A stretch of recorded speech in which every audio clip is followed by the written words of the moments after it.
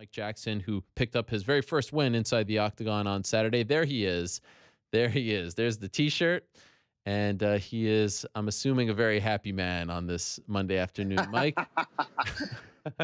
how are you, Ariel, buddy? what's up, baby? How you feeling? I'm feeling well, man. First off, shout out to the Top Secret Retweet Machine. We here. Okay, I don't know what that means. What does that even mean? Who is that? Look, it was part of the process how we got here. So I just want to give a shout out to them. You know, I couldn't have done it.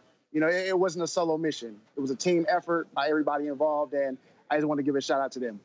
Okay. But it's top secret though, Ariel. It's top secret. All right. I won't pry any longer, I promise.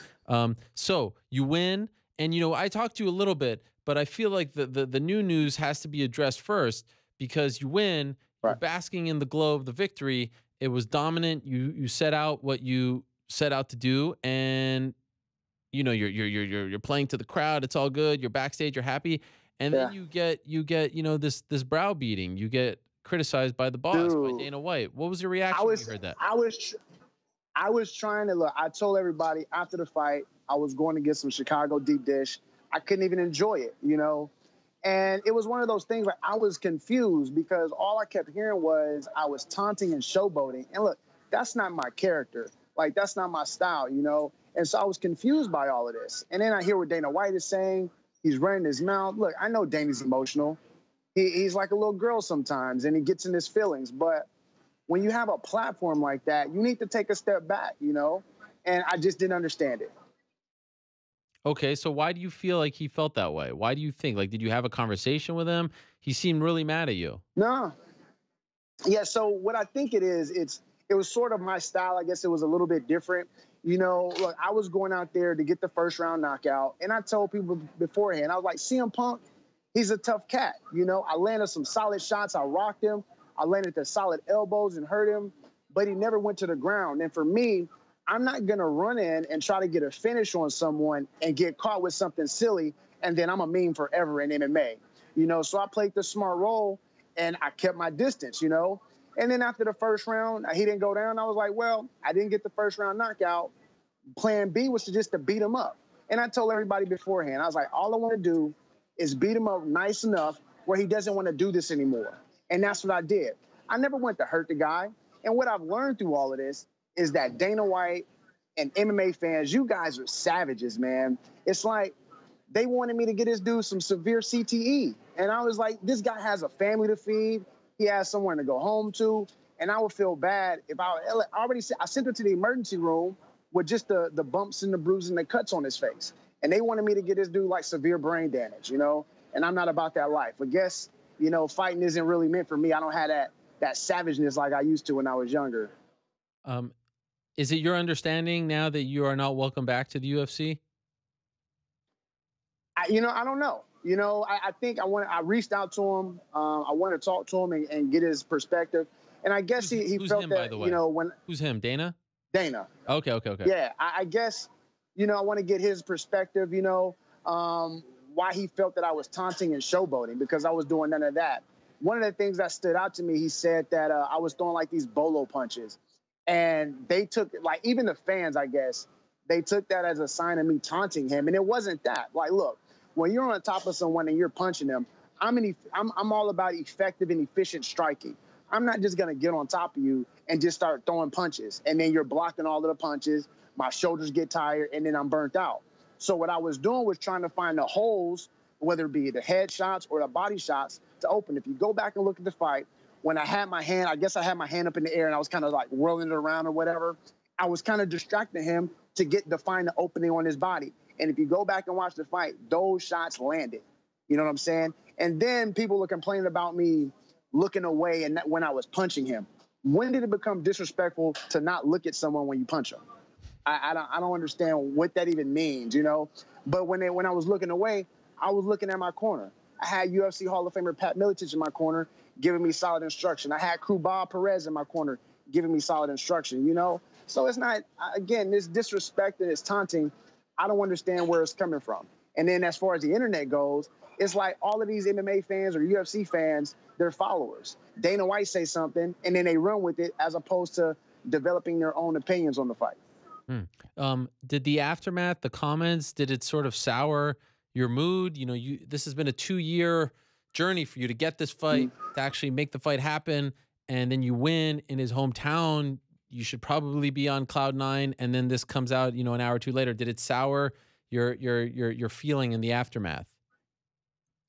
100%. You know, and my thing is like, look, again, I said what I was coming to do. You know, I know I was coming into Chicago as a heel, but I was trying to leave, not necessarily like a face or anything like that, but leave with new fans. And then you have Dana White running his mouth, and then it just kind of like threw a wrench in all of that. But like I said, at the end of the day, it is what it is. It's these losers' opinions. And, you know, if that's what they want to have, their feelings or whatever, so be it. What did you make of his comment that he said that he wishes that he put the fight on Fight Pass? Again, we never, the whole fight, as far as like skill wise, it shouldn't have been on pay-per-view. But the reason it was on pay-per-view is because of CM Punk's name. You know, you can't put this guy on on Fight Pass or on the prelims. You have to put it on pay-per-view, or you're just going to lose all your money. And again, the only reason you brought him in the first place was to make a shit ton of money. And that's what we did. Look at the intent, look at the gate. I got people telling me they've never watched a UFC fight in their life, and they bought it because I was fighting, or they bought it because CM Punk was fighting. You know what I'm saying? He made a lot of money that night. You know, so if you put that fight on Fight Pass, he's not making the same type of money. I just thought that comment was interesting. Like, if you say, well, I wish I put it on FS1 for free, then that's one thing. But Fight Pass is your own, you know, subscription service. That's what you're asking fans to pay $9.99 for. So, like, where is that the place where you put the, you know, the crap, you know, for lack of a better term? Like, that's not the place. You know what I mean? It just seemed like a weird thing to say about your own product. Well, see, the thing, again, Dana White is an emotional cat. And sometimes he says things in the heat of the moment, and he doesn't really have a filter. We all know that. You know, so he gets in his feelings and he runs his mouth. You know, and that's not necessarily a good thing. And just like you said, he's almost shitting on his own product. You know, he needs to have somebody maybe, I don't know, write his lines for him or something. Or, hey, you need to like calm down a little bit before you go do these press conferences. You know, I kind of feel like they need to put you on Contender Series now. Like, I feel like you're a legit draw. I feel like this can't end now, right? It can't end now. I agree. You know, if that's what they choose to do. Look, I said, you know, I fight because I love to fight. I don't have to fight. If I never fight again, I'm cool with that. You know, but my thing is like, I told you what I was coming to do. Like, we're both entertainers. It's like because he was upset that I didn't knock his man out, because that's his guy. We all know that's his guy. That's why we here, right? And he was like, oh, Mike Jackson should have finished him or whatever. I'm like, yo, you want me to go give your man brain damage? Like, that doesn't even make sense. And so, like I said, I didn't want to hurt. I even said it a long time ago. I was like, I don't want to hurt the guy. I just wanted to beat him up enough to make him not want to do this again. You know, I respect Phil 100% before, during, and after the fight. It's like, I never wanted to hurt this guy. But yet Dana White and the MMA fans, they wanted this dude dead. I don't understand that, Ariel. Yeah, I don't know. I was a little surprised. I was a little bit surprised. But okay, so here's my question to you. So, and I talked to Luke Thomas, and because we were talking about the whole showboating thing. He said during the fight he was watching it, and it sort of felt like I was showboating. We talked in the back. He went back and watched it, and he said, okay, I understand where Mike was coming from.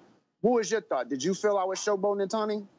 I thought there were times. See, this is the thing. When you were in his guard, and I asked you about it backstage, I thought you were doing the look away and throwing. But here's the thing. As you said, those were landing. So if you're showboating and it's not landing, now I feel like you're open to criticism. But people didn't criticize Roy Jones Jr. for showboating and doing all that when he was landing punches. So it's either like you appreciate a flashy style, different style. Now, if you're going out there and doing that and losing the fight, now you're a freaking idiot, as he said. But you won decisively, and those were the most damaging blows in that moment right there. You know, it's like you can't win. Like, and then the people are like, oh, you suck because you didn't finish amateur. First of all, I told people what I was doing. I carried him to 3 rounds because I didn't want to hurt him. Look, we know what this was. We knew the gimmick match that it was. We're both entertainers, and I went out there and entertained. I don't know if I'm going to fight in the UFC again, so I wanted to get my 15. If I couldn't knock him out in the first round and get the highlight reel, I wanted to maximize my time in the octagon, and I did that with 15 minutes. And then you have Phil, who's, I don't, living a dream or whatever. He's not going to fight again because I told y'all he wasn't going to fight again after the ass whooping I was going to give it to him. So I wanted to maximize his time in the cage as well. He got his 15 minutes to shine. You know what I'm saying? And so it's like, if I knock him out, well, then you knocked out CM Punk. You were supposed to knock him out. If I carry him and look, it was 30-26 on all cards. I gave this dude an ass whooping. So I give him an ass whooping, and then they're like, you suck. You didn't knock him out. It's like, yo, like, y'all got to pick.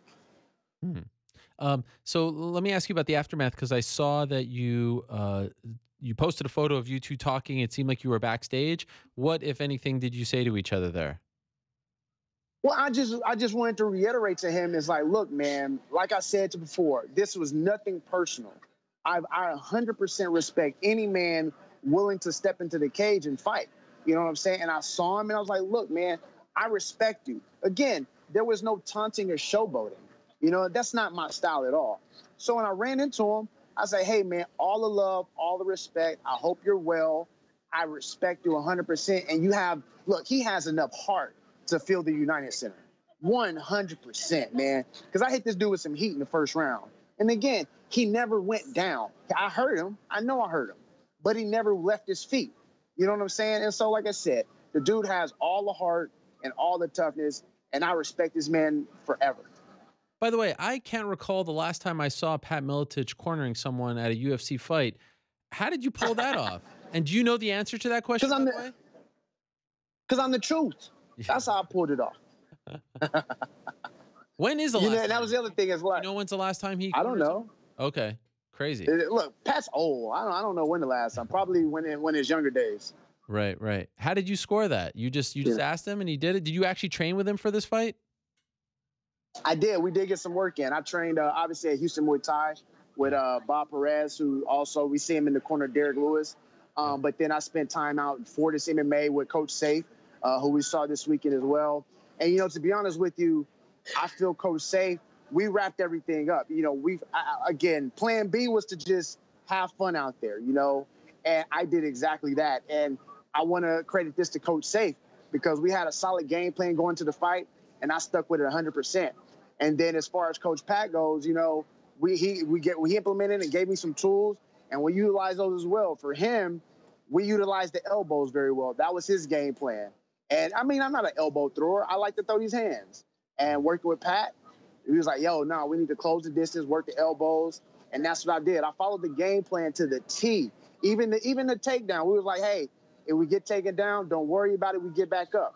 What was it, like 1 out of 5 takedowns? You know what I'm saying? He got a takedown. I got back up. We followed the game plan to the T.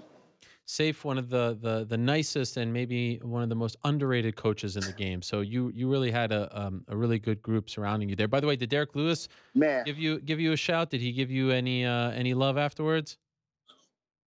He did. He gave me a shout. He gave me some love. He's back in Houston. He has some stuff going on. And also want to give a shout out to my guy Miguel Castro. He's out in Team Took Cyprus in Houston. We worked the jiu-jitsu game really well. And again, they helped me all coming together. I had solid camp. I had the iCryo Sugarland for recovery. I had the Urban Float in the Heights as far as the sensory deprivation tank to help me out. I had Diamond Cup, protect them, a little truth down at the bottom. Everything came together very well, and we had a solid camp. Last thing for you, Mike. So what is the plan now? Are you hopeful that you'll get a call from the UFC, figure this out? You're going to stick around? What is your immediate plan? I would like to, for me, again, I do this because I love it. I want to talk to Dana, because it left, it's not necessarily his opinion, because I know everyone has their opinions and they're going to say what they have to say. That doesn't really bother me, but, he used his platform and sent everybody at me. You know what I'm saying? And that's what kind of rubbed me the wrong way. And so, I don't have no ill will against Dana because, again, I talked to other people, and from the outside looking in, maybe it did look like I was showboating and taunting. But I just want to convey to him that wasn't what it was, Now, after we have the conversation, and if he still feels the same way, then there's nothing I can do about that. But I at least want the opportunity to let him know that that's not my style, that's not what I do, and that, look, I've been working hard, man. And And if he wants to give me a shot, you know, if we want to do it on a fight pass or whatever, I'm cool with that. I know he said Arthur would kill me. Look, I will smack the dog shit out of little Arthur in those little arms. You know what I'm saying? But like I said, it is what it is. I don't even know if he's fighting again. You know, I don't even know if I'm fighting again. I'm about to head out to Lake Charles this week. I got LFA next week. I got Nashville the week after that. Your boy's hopping on the Truth Jet, and we boogieing around the country, Ariel. Well done, Mike. Congratulations. Hey, you like the shirt, though? You dig the shirt, right? I told you I was snapping them fingers and be out of here. I told y'all. Catch that shirt at MikeTheTruth.com/shop, though. I will do that. All the best to you, Mike. Again, congratulations. Hey, all the best to you, man. Thank you. All the best to you. I know this is your last one. You heading over to the ESPN. I'm gonna look out for over there, and you better keep the fly sneakers. Don't let ESPN change you. I appreciate it, Mike. Thanks so much, man. Safe travels. Later, my guy. Thank you. There he is, Mike the Truth Jackson.